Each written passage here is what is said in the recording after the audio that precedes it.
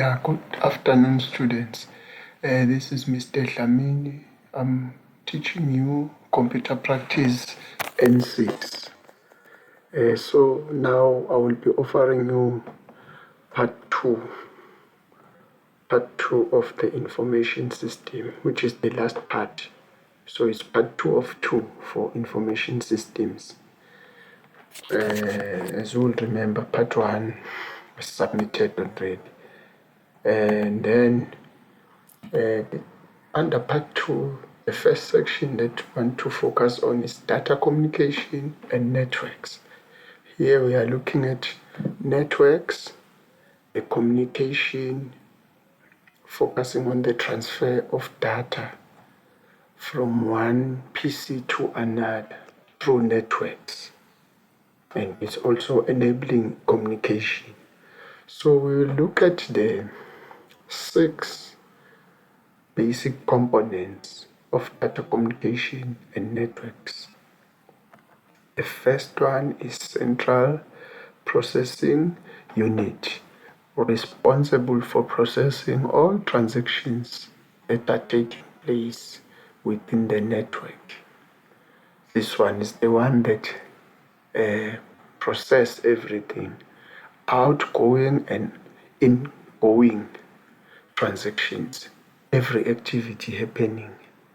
So it is safe to have more than one CPU, so that if one fails, you'll have the second one to take over, because especially over the network, over the internet, there is a lot of transaction and activities that are taking place there. So one CPU might struggle to manage with the traffic.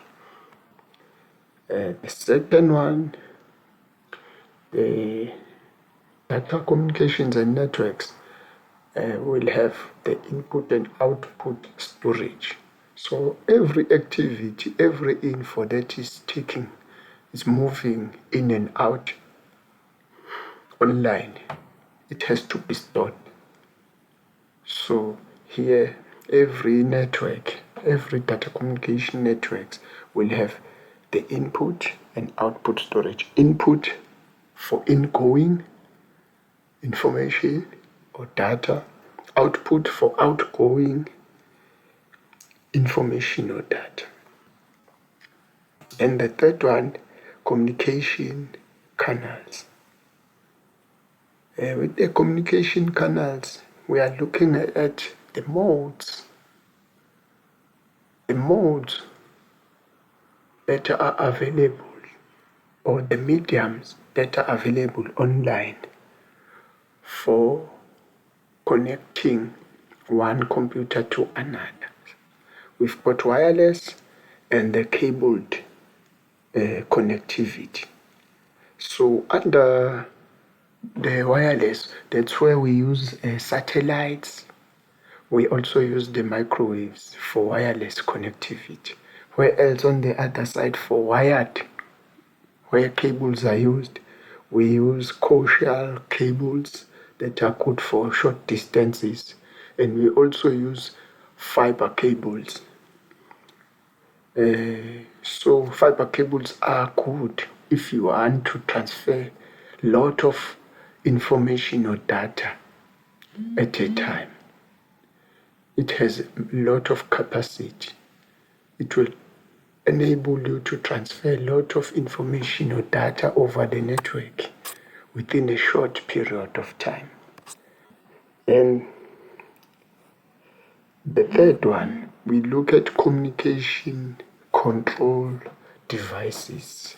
That one, which is the fourth now, we are looking at devices such as a modem.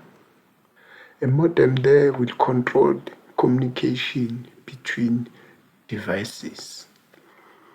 The modem will allow the computer to communicate with the telephone line. The responsibility of the modem will transfer, will convert or will translate signals. You will find that the computer is using digital signal and the telephone is using analog signal. So if the computer and the telephone have to communicate, because the computer speaks digital, the telephone speaks analog. So the modem is there to interpret between the two. If the computer is transferring the digital signal to a telephone, the modem will convert digital to analog, and that process is called modulation. And then from analog, the phone communicates to the computer. So in that process, analog is converted into digital. So that process we call demodulation. Then from modulation you take MO, and then from demodulation you take DEM. It gives us the term modem. It is a modem. It is named after the processes that it performs. Some authors will use, instead of demodulation, they will use emodulation. It's the same, demodulation or emodulation. Emodulation is a reverse of modulation.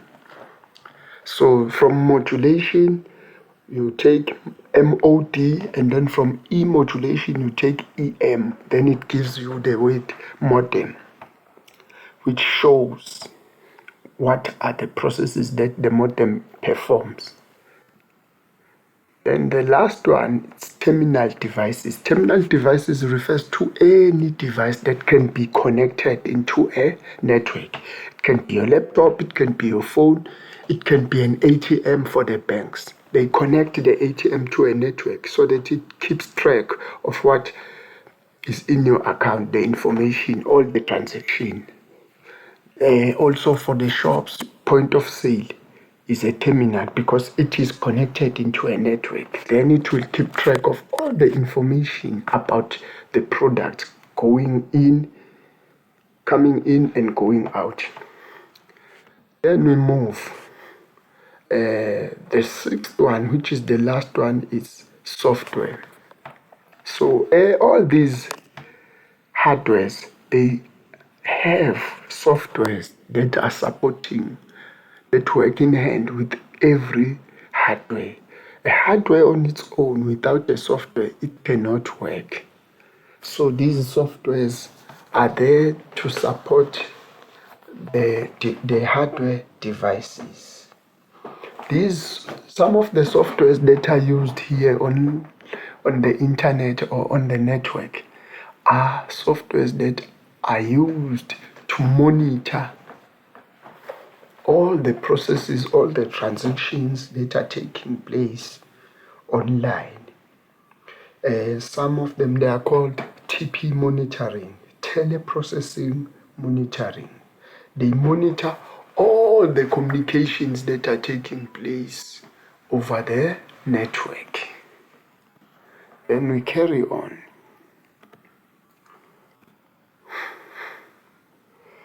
Then we look at the network. What is a network? We will define the network.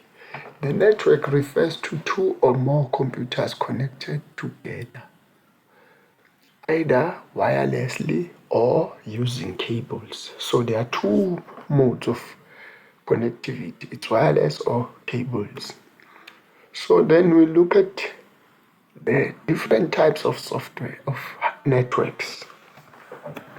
The first one is the local area network. This one will usually cover one room network that covers one room or one building. This one, local area network. Then we have a campus area network. This one is a network that will cover the entire campus or the entire site, the given site, consisting of more than one building at times. The campus, as you will see, your campus, IT and business campus, it consists of more than one building the network that will cover the campus as a whole. That network is referred to as campus area network. Maybe CPD, that network that covers the entire campus is referred to as the campus area network. Then the third one is metropolitan area network. This one is a network that covers the entire city, as we know that our cities are referred to as metropolitan. So it covers a city or a town. So it's metropolitan because its coverage covers the metropolitan. And then the fourth one, we have wide area network. This one covers the entire world, the globe as a whole.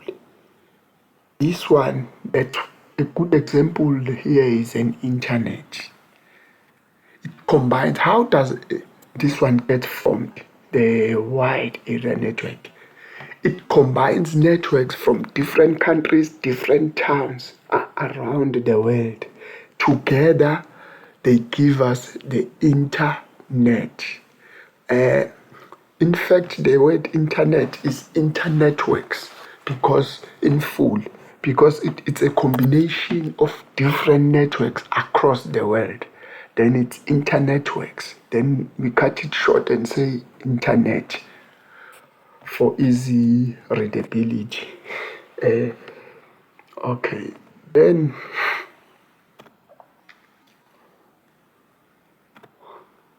we proceed. We look at the advantages of networks.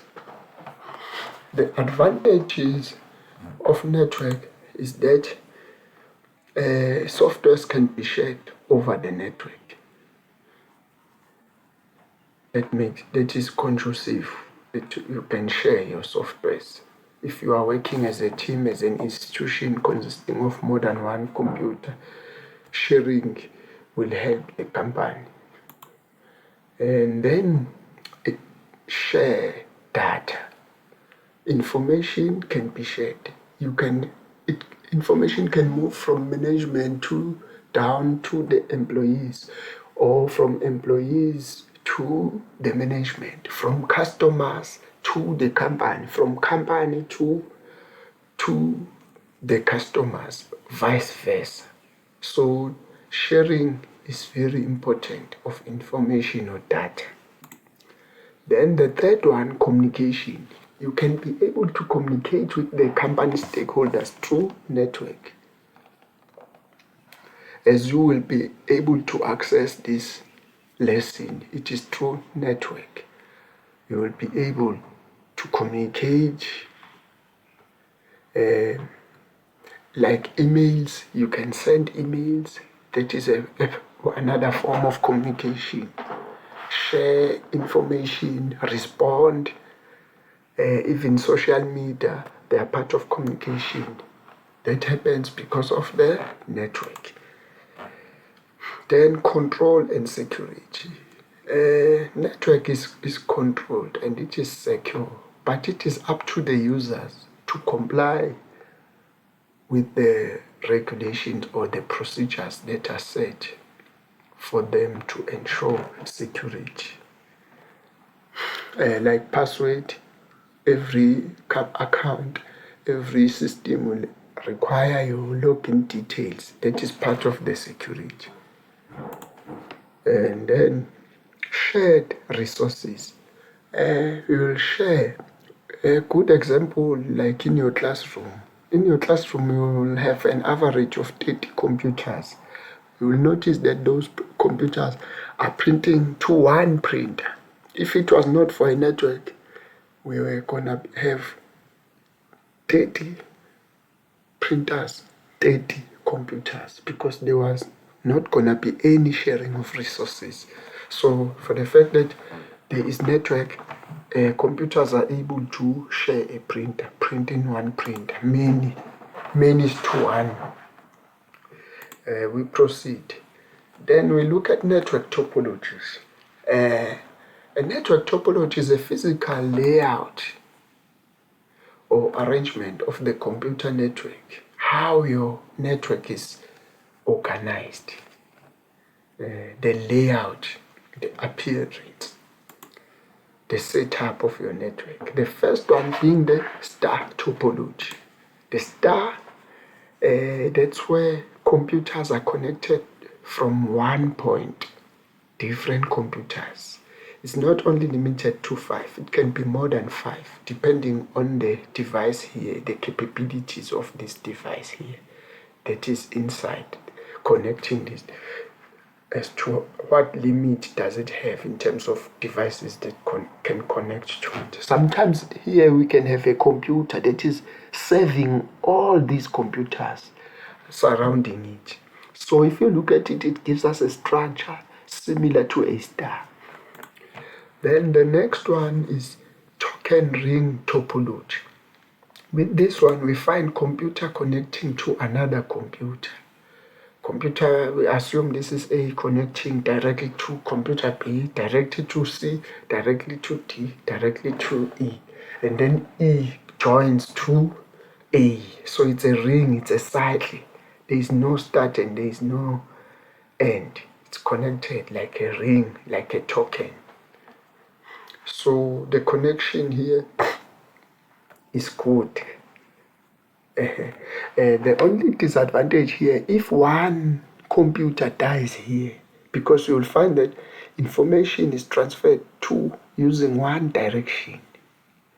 So if one computer dies, let's say this one dies, this computer will no longer be able to transfer information this direction to this computer here or here or here, because it moves one direction. It cannot, if the network is moving clockwise, it cannot move anti-clockwise because this one has died. No. So that is a disadvantage on this system, on that topology. Then we carry on. The hierarchical topology. This one is a structure. There's one source, root node, that provides the network. Then from that one, there are the level 1 that are receiving there. From that level, we've got level 2 that is getting network from level 1. And we have level 4 and so on. So levels can be many, so many, endlessly here on the network.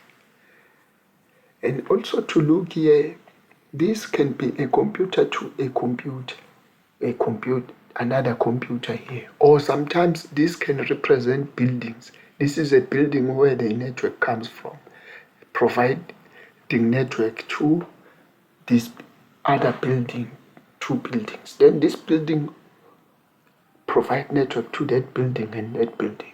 So here, if this root node dies, all the buildings or everything will be affected, will be stopped. If this one dies, it will affect these 2 that belong, that fall under it. If this one dies, it will affect everything that is below it. These ones on the other side will carry on receiving network. So it's that is hierarchical. It's like the management structure in the organizational structure in the company. There is one manager and then sub-managers and then down to employees. Then the 4th one, bus topology. Bus topology, that's where we have a big cable referred to as the bus, which carries the. We will look at the computers as the passengers of this bus because they are getting network from this one big cable referred to as a bus. So these nodes, the nodes are referred to computers. Any device that can connect to a network is a node.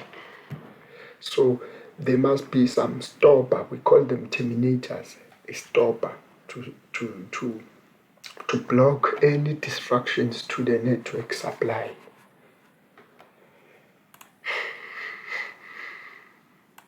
Then we carry on acquiring computers for business needs. This is the next section, acquiring. If as a company you are looking for computers, how or what are the steps that you need to follow in order for you to get or to acquire those computers?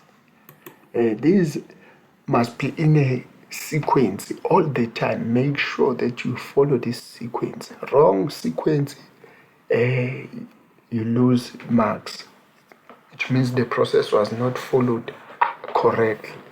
Therefore, you can be charged and get penalized. Okay, the first one is draw up the request for proposal. That's where you put a specification as to what type of computers are you looking for. You specify exactly and the intended purpose for those computers.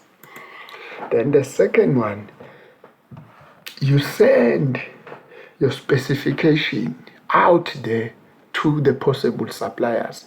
You can send them via a newspaper, through website, official website. It can be any platform or medium that is approved. Once sent out, then you will get responses from many suppliers. From those many suppliers, you have to make a short list. How do you make a short list? You will have your minimum requirements that you need from the suppliers, that the suppliers need to meet. So you break it down to a minimum of 3 suppliers from the list. Once you have made a short list of the suppliers, the fourth step, and it must be the fourth, it must follow this sequence. Then you evaluate suppliers on the short list. How do you evaluate the suppliers? It can be in a form of interviews. You sit them down, you put questions to verify, you call the clients, you use referencing, you sit down, you ask clients how was the service, so that you are sure that what they have mentioned is true. To verify, you can even issue tests here to assess if they are actually the right suppliers for the job. And lastly, once you have evaluated, once you are satisfied, you choose that one. You make a final selection of that one supplier that you think is the best for the job. Then we carry on. And the next section now, once you have selected the supplier, what is important is the financing. How are you going to finance the purchase of those computers from the supplier? The first option is outright purchase from manufacturer. That's where you buy cash. So with the financing methods, it is important that you as students, you understand the advantages and the disadvantages of each method, because you need to make an informed decision when it comes to this one. This is cash. Maybe an advantage of cash is the cheapest, but the disadvantage will be it is difficult to raise a big capital. For example, as a company, maybe you need 100 computers and each computer costs you 7,000. So it can be difficult to get 700,000 out of nowhere. So those are the things that you need to look at and compare. Then the second one is leasing. With leasing is expensive compared to outright purchase. Leasing, that's where you go and approach the financial company, which can be the bank, and then you get funding from the bank, then you pay back in installments. It is lease. It's expensive because you pay interest, but the good thing about this one, it is flexible. it will suit your budget. The bank can approve, can offer you a package that will suit your affordability as a company looking for computers. Then the third one is suspensive sale agreement. This one, that's where you make an arrangement to pay on a monthly basis. You make an arrangement with the manufacturer. Somehow it is the same as leasing, but the difference, you don't involve the bank. You make an arrangement with the manufacturer without any additional party being involved, like the bank, with the suspensive sale agreement. So it's like rent, what some people will call rent to buy. The manufacturer will give you a time period to pay. After the last installment, it becomes yours. Usually this one will include services and so on, maintenance.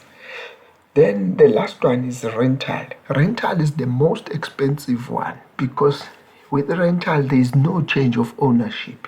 Even if you rent it for 20 years, there is no change of ownership. It won't be yours. But what is good with the rental, usually the owner is liable for any damages, but it will depend with your agreement, with the agreement that you have entered into with the manufacturer. But rental is the most difficult one. It's the most expensive one. You are restricted by the owner. You cannot do as you please, no changes. All the time when you want to do something, you need a permission from the owner. Then the next one, which is the last section of this part of information system, the last part of information system, part 2, it's computer security.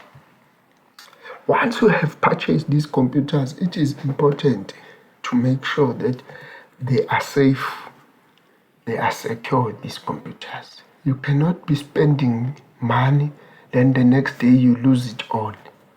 So it's categorized into two, the security. It's physical security, where you look at the well-being of the computer itself. And then the second one is fraud. That's where now you guard against the modification of information or data that is stored in your computer. Then let's look deeper into details to a physical security. With the physical security, things that you can do to ensure clean environment is important. Environment must be free from water, free from dust, because those things can damage the computer physically. Secondly, fire equipment. It must be equipped with fire protection kits to make sure that it is prevented, the fire. And if it does happen that you get fire, you should be able to fight back and stop it. Then the third one, you need to have a disaster plan in place. You don't need to wait for disasters to happen, but you should have a plan beforehand to say, should disaster 1 happen, what will be our response? Should disaster 3 happen, what will be the company's response? And you are not only responding to possible disasters, but you need to have a plan. How do you prevent possible disasters before they happen? And then the fourth one is insurance. Here you assess the risk, and then you can take the insurance that will protect your risk, because it can be difficult for a company. You just bought computers and then the next day you lose them. You assess the risk. If you see that there is high risk that your computers can be stolen, you need to insure them so that you go to the insurance company should theft happen. Then the fifth one, which is very important, hardware duplication. During operation, it is wise that every hardware you have spares for hardwares. For CPUs, if a computer CPU gets broken, you know that you have a spare hardware duplication. You have a spare so that a computer can carry on with work. If your hard drive dies, you have spare hard drives to carry on. And then lastly is access control. It's very important. You must restrict access. Only authorized people must access the venue where computers are kept, not just everyone. So this is very important. You must have control measures in place to control access to computers. Then we carry on to fraud. What is fraud exactly? As I have mentioned earlier, that is a modification of data. So fraud is an act of dishonesty where data is manipulated intentionally. It is manipulated for a personal gain. Maybe someone wants to gain unfairly, or to gain personally, or to gain financially. Maybe someone is paying for their fraud. Yeah, so that act must be prevented in an organization. Before it happens, there must be measures, processes in place to prevent fraud. So, to name them, the first one, access control. It's also applicable with fraud prevention measure, access control. Because not anyone must have access to computers. Then the second one, use of access code or biometric system. Once you are in front of the computer, passwords must be there for authorized people to access the system. You must have your username and password or your biometrics as a control measure. Not anyone just enters the system and do whatsoever they want. And if you have those passwords, you will account because the system will keep records. Then the next one, separation of duties. Duties must be separated. We shouldn't allow one person to do everything because they can easily manipulate the system. Upon the separation of duties, make sure also that it is also rotated, the duties, not one person doing one and the same thing every time. They will keep up. They will end up mastering the system and learn how to rob the system. So it's important that duties are rotated so that people are unable to cover their tricks. And lastly is system logs. System logs, these are registers on the system that keeps track of what has been done on the system, what user one has done, when did the user log in, what did they do while they are on the system until the end. So should anything wrong happen, they will be able to track exactly what happened and who did it. So act responsible on the system. Thank you. That is the end.